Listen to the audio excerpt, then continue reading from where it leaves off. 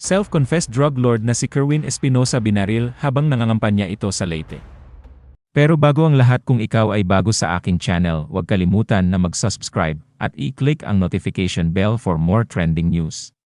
Ang self-confessed drug lord na si Espinosa na tumatakbo sa pagkaalkalde ng bayan ng Albuera ay binaril bandang alas 4 ng hapon habang nagtitipon-tipon ang kanyang mga kapwa-kandidato sa covered court ng Leyte Gymnasium sa Barangay Tinagan. Nang bigla itong barilin, sugatan si Espinosa at kandidatong vice mayor na si Mariel Marinay na agad ding isinugod sa ospital. Inihayag naman ng hepe ng Philippine National Police Eastern Visayas na dinala sa Ormoc Hospital si Espinosa na nagtamo ng tama ng bala ng baril sa balikat. Ayon sa pulisya, nasugatan din sa insidente at dinala sa opisyal ang kapatid ni Espinosa na si Mariel Espinosa Marinay na tumatakbong vice mayor at isa pang menor de edad.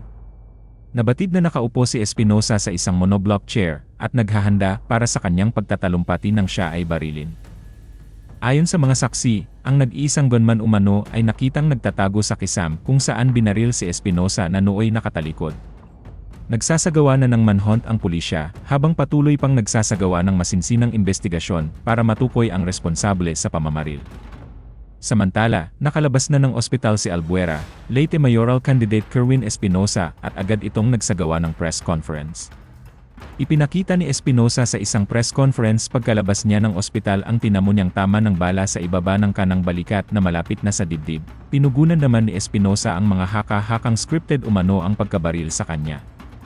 Ayon sa kanya, sino naman ang mag-scripted na dito, sa dibdib ko ang tama at double action pa ang bala. Nakita niyo naman na malaking butas ang aking braso. Bakit naman scripted?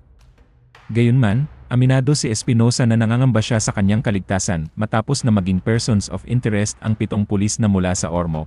Ayon sa PNP, nasa kustodya na nila ang 7 pulis at kinumpiska rin ang kanilang mga baril. Naging persons of interest ang mga pulis nang abutan sila sa isang compound nang sundan ang isang sasakyan na biglang umalis matapos ang nangyaring pagbaril kay Espinosa. Si Espinosa ay anak ni dating Albuera Mayor Rolando Espinosa na napatay sa loob ng detention cell habang nagsasagawa ng search operation ang mga pulis sa Baybay Sub-Provincial Jail noong Nobyembre 2016. Ang dating alkalde ay isinangkot ni dating Pangulong Rodrigo Duterte sa umano'y narco-politicians, bagaman inamin noon ng nakababatang Espinosa na sangkot siya sa illegal na droga. Binawi niya ito sa isang pagdinig ng House Quad Committee noong Oktubre 2024.